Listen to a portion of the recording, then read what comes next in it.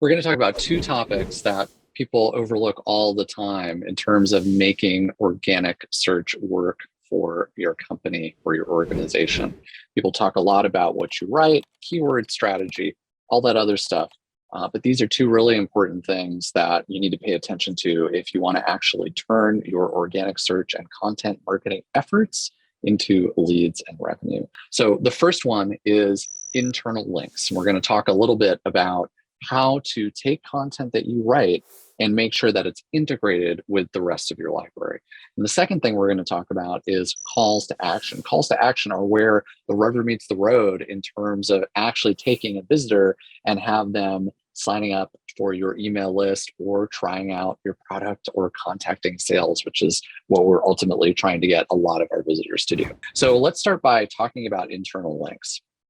So let's say that you have come up with a real topic strategy. You're running an accounting software company and you know what you're going to write about. You're going to write about double entry bookkeeping, and you're going to write about how to pay your taxes, and you're going to write about corporate finance, and you have those topics.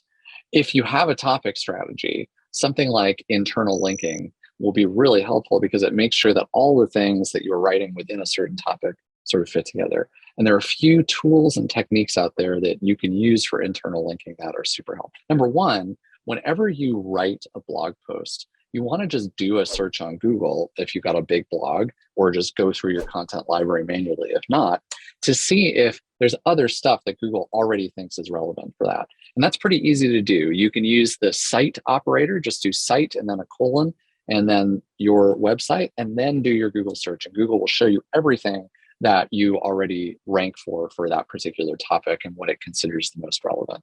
So that can be really great in terms of figuring out when you're writing something, what you can actually link it to. Internal links are really important to the success of your content for a few reasons. Number one is if you put in all the effort to bring somebody into your site based on a specific topic, then linking to other related articles is going to keep them on your site. It's going to keep them engaged and hopefully bring them to an action that you might ultimately want them to take. So that's number one. Number two is that internal linking shows Google what the most important pages are on your site. Things like your product pages or your home page or some piece of content that's really central for your target audience. If those things are linked from lots and lots of places, Google can see, hey, that is something that matters, that should be ranked on the site, could be a very helpful signal to Google. So those are the couple of reasons why this is really important, is getting that additional engagement out of content, pushing people to existing content that you've already created, and also giving Google signals about what is most important to rank on your site. So there are a few things that you're going to want to do when you're thinking about internal links. First of all, internal links should happen at the strategy stage, very, very early when you're thinking about a content brief.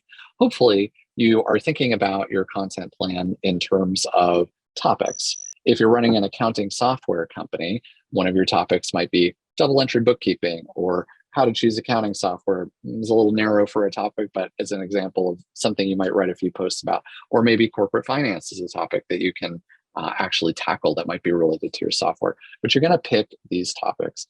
And if you've picked these topics, then you've done a lot of the work already to get those right internal links in place, because you already know, hey, I'm creating this thing, and here are some other things that I've already created on this topic.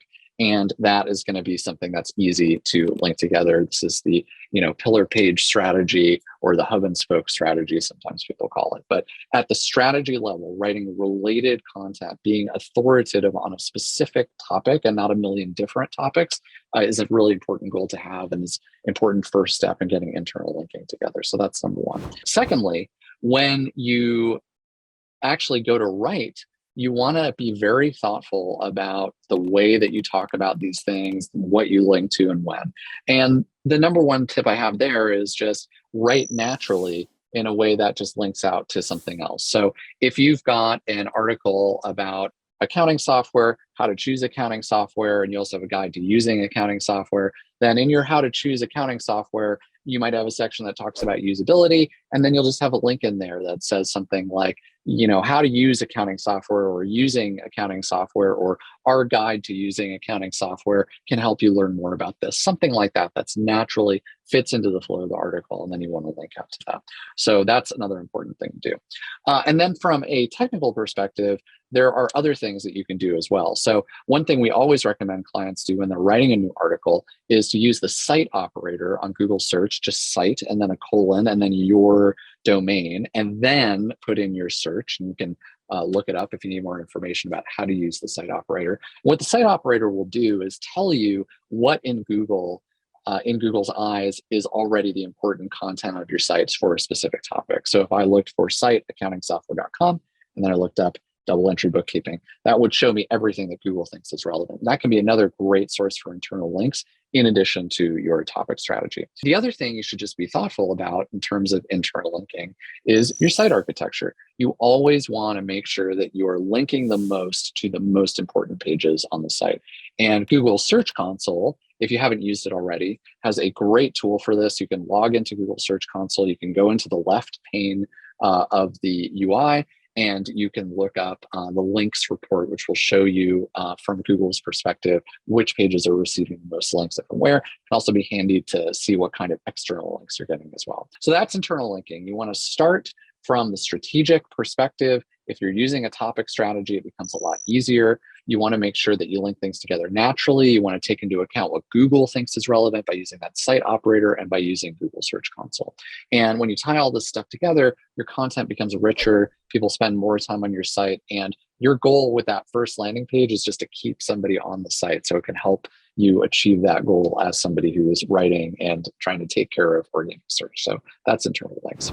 Calls to action are really important because they are ultimately, we hope, what gives your visitors the opportunity to do something that ultimately progresses a transaction or a connection or engagement with that visitor longer term. So whether it's reading another blog post or checking out some free offer you have, like a download, or signing up or contacting sales, these calls to action are really, really important. And there are a few things that you want to think about. With all calls to action, we use what we call the helpfulness test. And the helpfulness test is we want the call to action to complete the sentence, here's how we can help. So going back to our accounting software example, if somebody is reading an article that you've written about how to file your corporate taxes, and there's information in there about different structures or tax rates or whatever it is, another way that you might be able to help is by offering a free trial of your software. Here's how we can help. Sign up for the free trial. Now, accounting software is pretty intense. They might have to import a bunch of financial information. They may not want to do that right away. Maybe they barely know you. So there might be another call to action that you can give them. You might be able to say something like, here's how we can help. Download our guide to filing your taxes, to choosing an accounting software provider. Whatever it is, here's how we can help. Sign up for our newsletter because our newsletter contains tips, other things like that. So super important to think about how you can actually help the visitor and how they may want to be helped based on the intent of the article. So that's the number one sort of main thing to keep in mind with calls to action. And there's so many different kinds you can have. Going to other blog posts, any link is sort of a call to action. Signing up for a demo, signing up for a newsletter. What else can you provide? What else can you help? That's the main one. There's other things to be thoughtful about too. There are lots of different ways to present calls to action to your visitor. So what we tend to prefer is to have the call to action be a persistent but not obtrusive element on the page. A very typical way that we do this is we recommend clients that they have a blog post and then a call to action on the side that follows visitors down the page and is always there when the visitor is ready to take action. And that's simple and it's not too obtrusive. And we've seen pretty large increases in conversion rates when that is always available to the visitor. But there are lots of other ways to do it. You can incorporate things right into the text of the post and sort of set them off in an interesting way. You can have a little pop-up, or sometimes people even use chatbots. Chatbots are calls to action. They're nothing other than a call to action that's maybe has a little conversation around it, but ultimately that's where they go. So those are all things you can think about. A lot of companies use what we call exit intent pop-ups, where somebody leaving the site is presented the opportunity to do something before they go. That can work for some companies and not for others. Other companies will pop up a modal or something like that when somebody has started to engage with content. Be thoughtful about those, because those can be frustrating experiences for visitors. And you ultimately, if somebody undertakes a call to action and they're not in your audience, they're not going to be helped, that doesn't help you at all. And it can erode trust with your visitors. And that's kind of the third point I want to talk about with calls to action, is that approach will be governed a lot by what your relationship with your visitor is going to be. If it's a quick sale, doesn't need a lot of trust, then it may make sense to have a fairly aggressive call to action experience that you're just trying to go for as many conversions as possible. Especially if you have, a solid email program that, once you sign up for the newsletter, or solid product onboarding or something like that. But for longer term, high touch relationships, certain types of enterprise software, or other large purchases, your priority might simply be to establish trust with the visitor. And you believe that you can actually bring them back to the site later, whether it's through retargeting or them seeing your post again, or through getting them to sign up for an email list.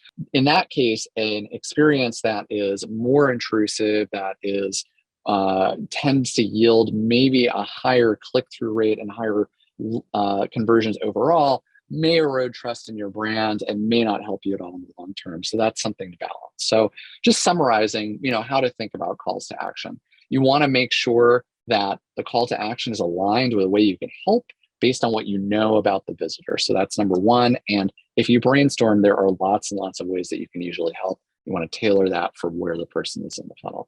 And then number two is, you want to be thoughtful about the ways that you implement your calls to action to make sure that they fit the product you're trying to sell and the relationship that you're trying to establish with the visitor, and ultimately the image that you want to project. So that's internal links and calls to action, two super important things to be thinking about when you're working on organic search or content marketing more generally. They're important things to measure as well. As far as internal linking, you can look at Google's tools to see what it thinks are the most important in Google Search Console. You can also look at your engagement figures, your bounce rates, to see if you are actually making a difference in terms of what you're linking to. And then, of course, calls to action, you're going to measure in terms of a conversion rate or an engagement rate or something like that. And that's something that you can set up in Google Analytics for basically any event you want, any action you want, with the help of your web developer. So hopefully that's helpful. And thanks a lot for joining us. See you later.